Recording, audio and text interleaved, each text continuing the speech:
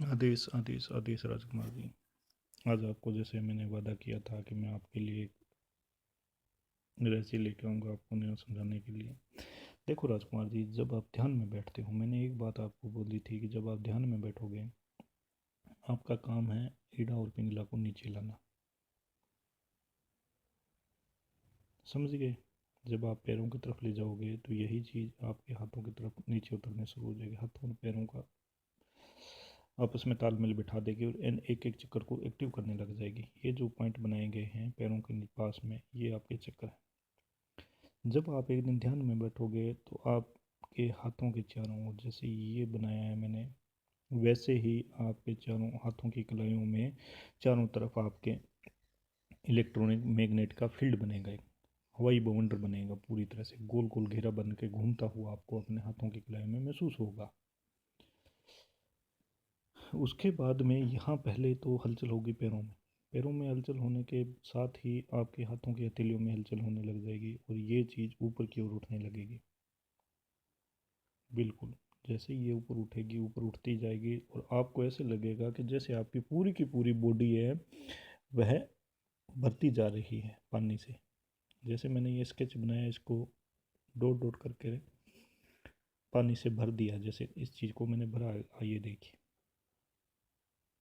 वैसे ही आपकी body energy से भरती जाएगी, भरती जाएगी, भरती जाएगी।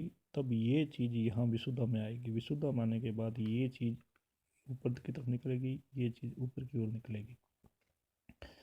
तब यहाँ जो आपकी रीढ़ की हड्डी के पॉइंट ख़त्म होता है, उसके बिल्कुल रीढ़ की हड्डी का अंतिम छोर आपका आज्ञा चक्र है।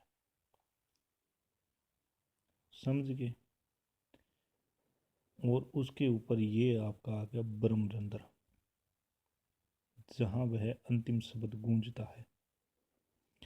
ईड़ा और पिंगला का काम है यहाँ उस ब्रह्मरंध्र से नीचे से मूव करना साइड में कान की तरफ। जैसे मैंने बोला था कि मैंने इस चीज़ को बहुत गहराई से अपने ध्यान में देखा कि ये चीज़ पूरी की पूरी होने के बाद में यह चीज़ें ब्रह्मरंध्र से टकराएगी। टकराने के तुरंत बाद में ये कान की तरफ निकलती है और ये हमारे सिर के दोनों साइड में होते हुए यहाँ पहुँच जाती है बाह्य भौतिक ब्रह्मांड में, जहाँ से इसको ऊर्जा मिलती है अर्धनारीश्वर को। ये आपका शिव आ गया, ये आपका शक्ति आ गई अर्धनारीश्वर, और ये जो बीच में सुषुम्ना आ गई, ये आपका दोनों को जोड़ने वाला तत्व गुरु तत्व है। इसीलिए गुरु को बहुत महान माना गया है। देवी और देवता दोनों से ही ऊंचा स्थान दिया गया है। ये गुरु तत्व है दोनों को जोड़ने वाला सुषुम्ना। तो जब ये चीज़ यहाँ पर एक्टिव होगी तो ये चीज़ आज्ञा चक्र में अपना प्रभाव डालेगी। आज्ञा चक्र बिल्कुल नीला हो जाएगा। कैसे? जैसे ये रंग देख रहे हो, डार्क शाह, ऐसा गहरा हो जाएगा बिल्कुल, जैसे हल्का सा ब्लैकपन में लिया होगा, डार्क होगा बिल्कुल गहरा। जैसे आपने राजकुमार जी देखा होगा कि जब आप शॉप पर जाते थे, आपकी माता जी आपसे कहती थी कि जाओ और दुकान से नील लेके आओ कपड़ों को करने के लिए। तो आप जाते थे, दुकान वाले को बोलते थे कि नील दे, तो वो पाउडर देता था आपको। आपको समझ आ गई कि मैं कैसे रंग के नीले रंग की बात कर रहा हूँ? वैसा नीला रंग आपके यहाँ चमकेगा। ये जो आँख है, ये दो आँखें हैं, इन आँखों के यहाँ साइड कॉर्नर में सूर्य के समान दो मणियाँ चमकती है। ये दो मणियाँ चमकती हैं यहाँ पर। जब ये दोनों मणियाँ चमकेगी, इन दोनों मणियों का संबंध यहाँ होता है आपके इस पॉइंट पर। कहाँ? जहाँ आपकी ये ईड़ा और पिंगला आके टकराती है, बीच में सुषुम्ना का द्वार आ गया। और ये जो तत्व है, मैंने एक बार आपको बताया था, ये वो प्रकृति है जिस पर शिव का ज्योतिर्लिंग स्थापित होता है। इस पर आप पानी गिरते हो यहाँ, जैसे ये अमृत गिरता है, यहाँ से ये बहता बहता, चलो जी जय श्री राम हो जाता है और नीचे गिर जाता है।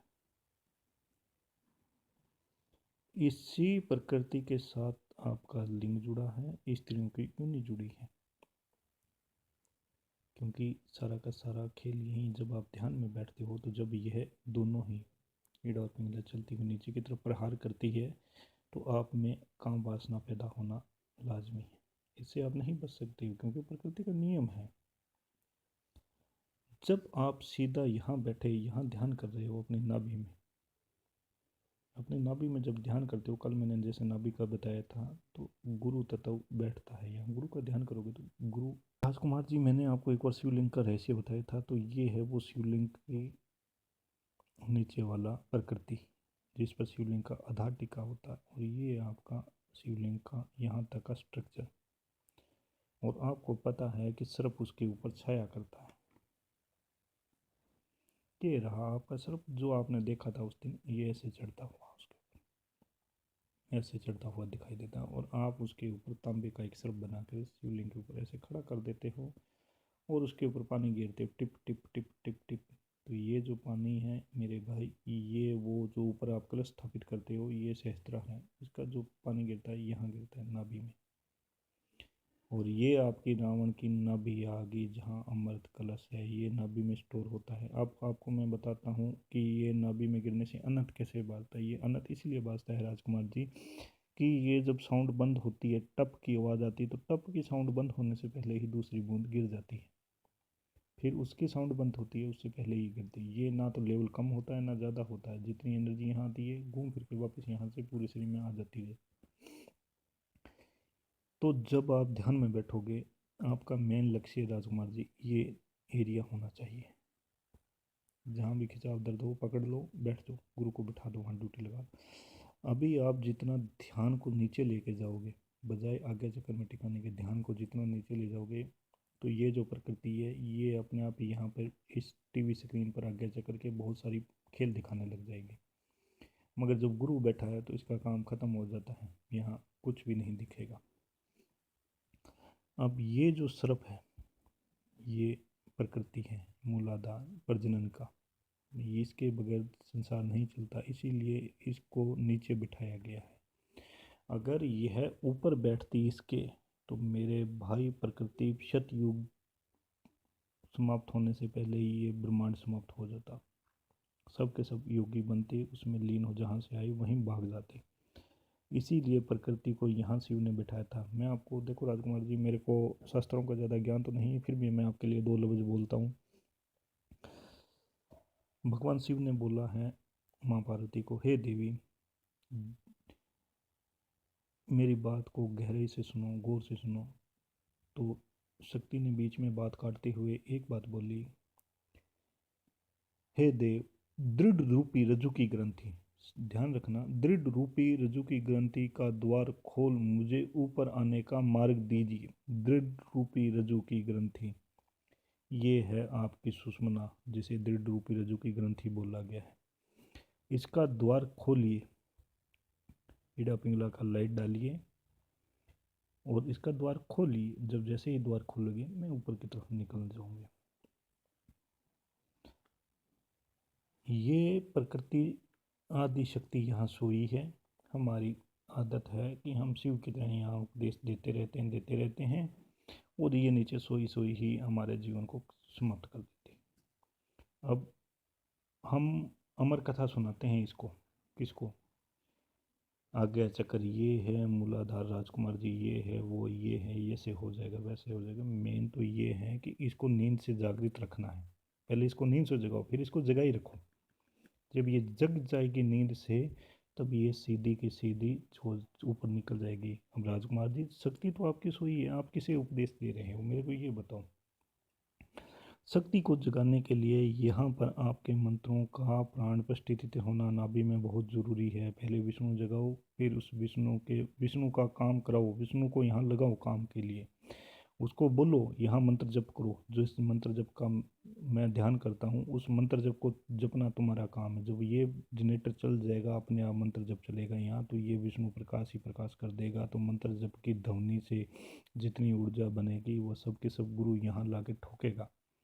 जब यहाँ बैठेगी आपकी एनर्जी, तो यह नींद से जाग जाएगी, देवी का स्वरूप धारण करेगी। और जब देवी चलती है तो आपको पता है हर लोग के द्वार खुलते जाते सोते ही। अगर हठ योग से खोलोगे, अपनी मन की माया से खोलो, तो मेरे भाई यहाँ नहीं, हजारों के खोल दो, कुछ नहीं खुलता। जब देवी चलेगी तो यह चीज़, जब मूलाधार जिसका खुल गया, ये समझ लो पृथ्वी पर भूचाल आ जाएगा। मूलाधार खुलते ही पृथ्वी पर भूचाल आ जाएगा। जितने भी उच्च कोटि के योगी है अदृश्य रूप से आपके पास पहुंच जाएंगे आपको नमन करने के लिए। आदेश आदेश आदेश।